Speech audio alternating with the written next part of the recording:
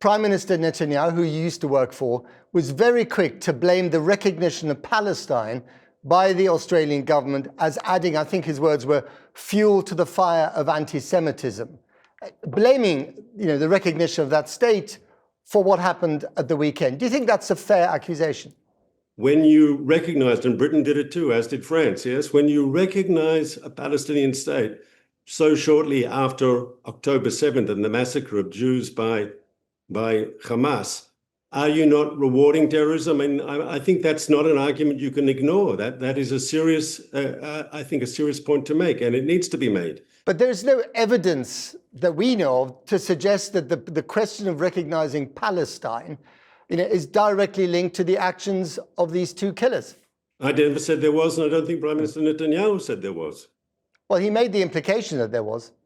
No, he said that he thought the government of Australia, rightly or wrongly, depending on your opinion, was not doing enough to fight anti-Semitism, and that by appeasing terror, by rewarding terror, he was helping to fuel the fire. And I think that is a legitimate comment. Is Australia still safe for Jewish citizens?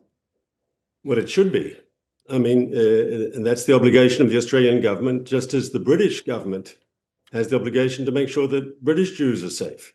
And I remember when I was the ambassador of Israel in the United Kingdom, there was very good cooperation on these sort of security issues between the organized Jewish community and the British government. And the Jewish community would praise what the British government does and acknowledge what the British government does to help keep British Jews safe.